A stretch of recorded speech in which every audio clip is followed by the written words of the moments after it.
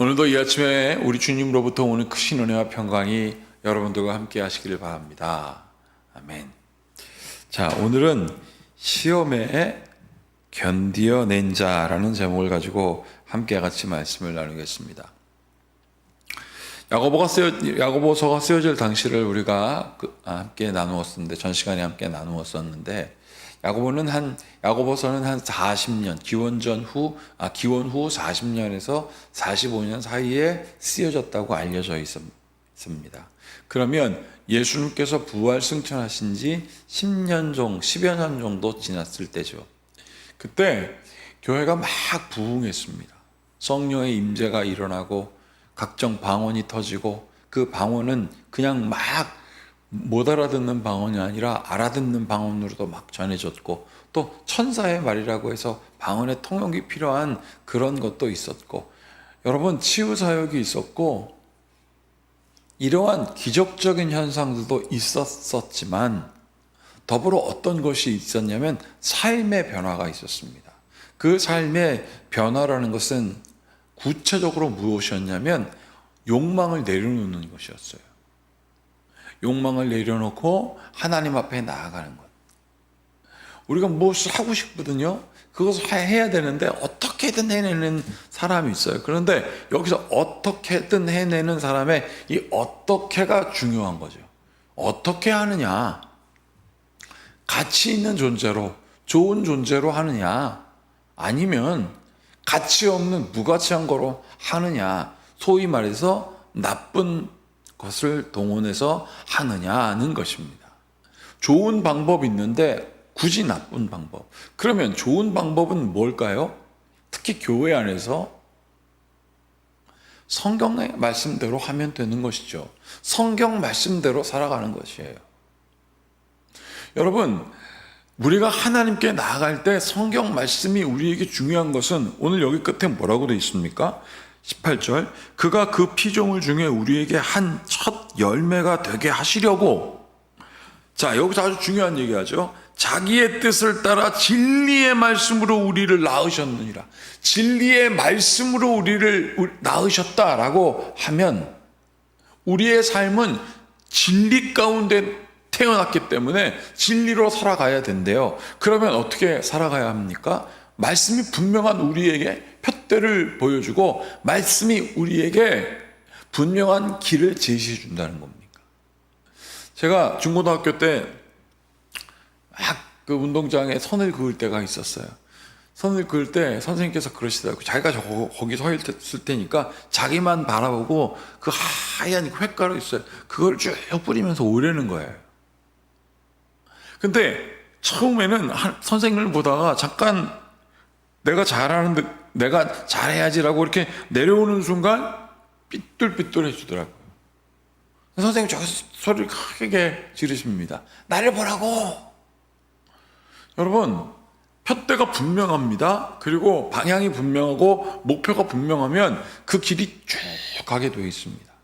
여러분, 오늘 이 성경에 뭐라고 되어 있냐면 12절에 시험을 참는 자는 복이 있나니, 이렇게 되어 있잖아요. 시험을 참는 자는 복이 있다. 이 시험은 오늘 여기서 아주 굉장히 중립적인 의미로 얘기하고 있는데, 시험은 테스트도 있고 유혹도 있습니다.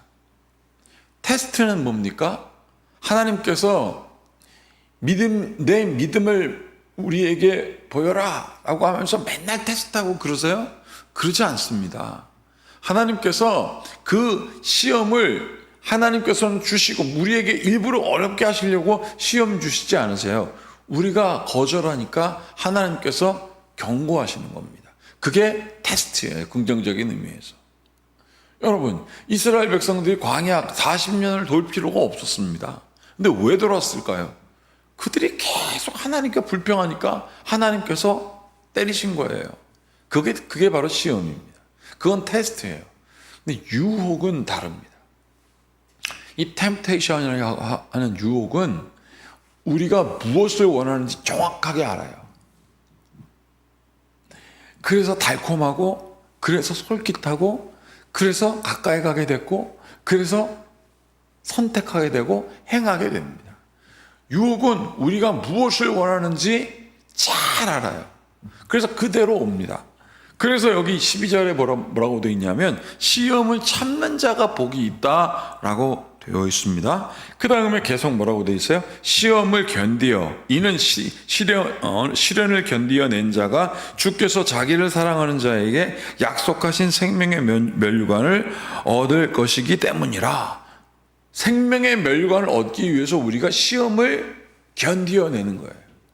나의 욕망을, 나의 마음 가운데 있는 여러 가지 생각을 요게 꼭 됐으면 좋겠다, 요것만 해결됐으면 좋겠는데 라고 생각하는 것을 딱 내려놓는 건데, 여러분들 이게 쉽습니까? 굉장히 어렵죠.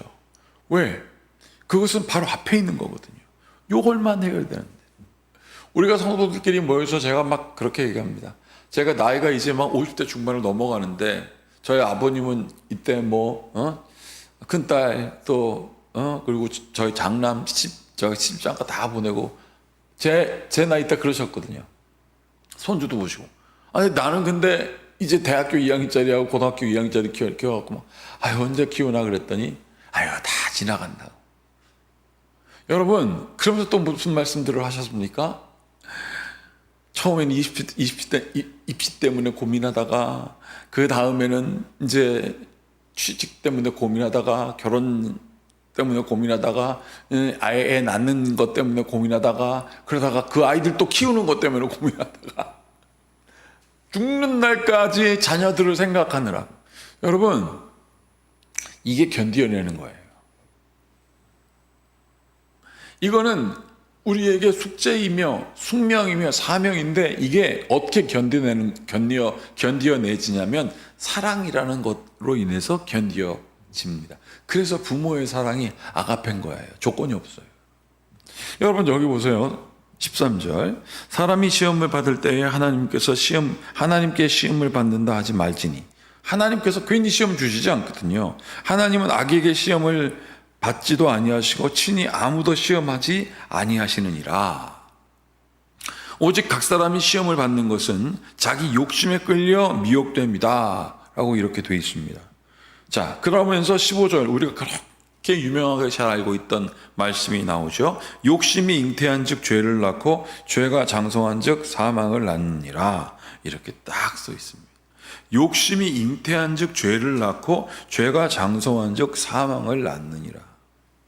제가 지난 시간에도 말씀 나누었지만 죄 짓는 건 쉬워요, 여러분. 죄 짓는 건 너무 쉽습니다. 벌 받는 게 싫지. 그러니까 사람들이 이상하지요? 죄는 져놓고 벌 받는 게 싫어요. 그래서 그걸 반대로 한 겁니다. 벌을 줘. 그러니까 죄 짓지 마. 그러니까 사람들이 죄를 안 짓기 시작해요. 우리에게도 수많은 딱지가 날라오잖아요. 범칙금이라는 거. 그게 내기 싫잖아요. 여러분 어디 가서 차 한잔 마시는 건 좋은데 핸드폰으로 400원 500원 이런 거 결제하는 건 막 싫어요. 그 왜 그렇습니까? 그거는 눈에 보이지가 않는 거예요. 근데 커피는 먹잖아요. 우리의 마음 가운데 오는 시험은 굉장히 달콤합니다. 결코 매일 막연하게 나중에 시험할 거야 그렇게 오지 않습니다. 그냥 지금 당장 눈앞에 있는 그 문제로 옵니다. 이걸 견뎌내라. 어떻게 견뎌내냐? 16절 내 사랑하는 형제들아, 이거 뭐라고 되어 있어요? 속지 말라. 막 비난이 오잖아요, 우리에게. 너는 그것밖에 안 되나는 둥. 왜 성공을 해야지. 애를 어떻게 키운 거냐는 둥. 남편하고 어떻게 살아온 거냐는 둥. 세상의 인간관계는 어떻게 한 거냐는 둥. 막 이렇게 오거든요. 속지 마십시오. 왜 성도가 서로 교통한다는 말을 우리가 신앙 고백을 통하여 할까요? 성도들이 정말 그리스도 안에서 온전한 사람들끼리 딱 만나면 그게 하나님의 은혜거든요. 사랑하는 여러분, 17절 보세요. 온갖 좋은 은사와 온전한 선물이 다 위로부터 빛들의 아버지께로부터 내려오나니 그는 변함도 없으시고 회전하는 그림자도 없으시니라.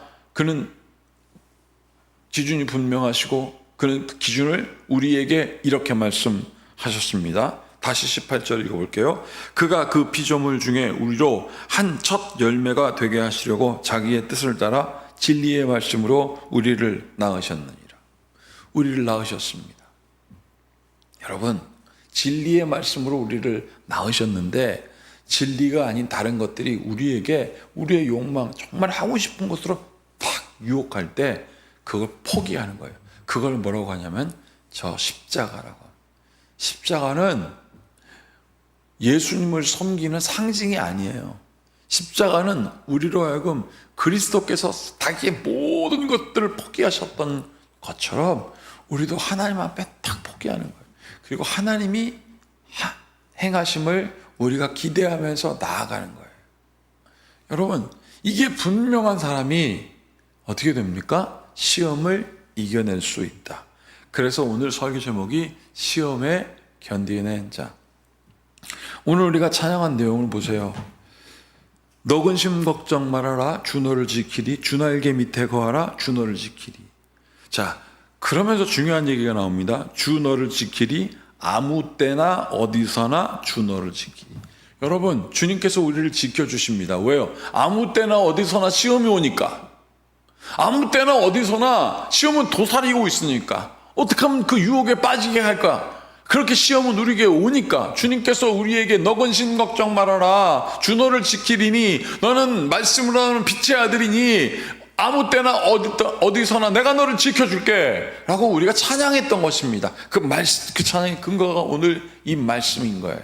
야고보서 1장 12절에서 18절을 마음 가운데 묵상하고 시험을 견뎌낸 자, 모두 그 은혜, 그래서 여호와 앞에 다 포기하고 하나님의 뜻이 이루어지는 삶, 그것이 바로 형통입니다. 그 은혜가 오늘 이 아침에 여러분들과 함께 있을지어다.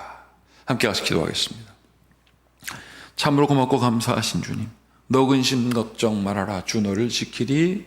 주 날개 밑에 거하라, 주 너를 지키리 말씀하셨습니다. 이 말씀을 마음 가운데 깊이 새기고 하나님의 은혜에 따라 살아가는 주의 성도들 되게 하소서. 우리 주 예수 그리스도 이름으로 기도하옵나이다. 아멘. 이제 우리 모두 주님께서 가르치신 기도를 드리겠습니다.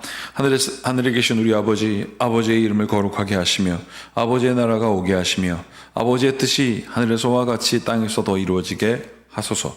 오늘 우리에게 일용할 양식을 주시고 우리가 우리에게 잘못한 사람을 용서하여 준 것 같이 우리 죄를 용서하여 주시고 우리를 시험에 빠지지 않게 하시고 악에서 구하소서. 나라와 권능과 영광이 영원히 아버지의 것입니다. 아멘.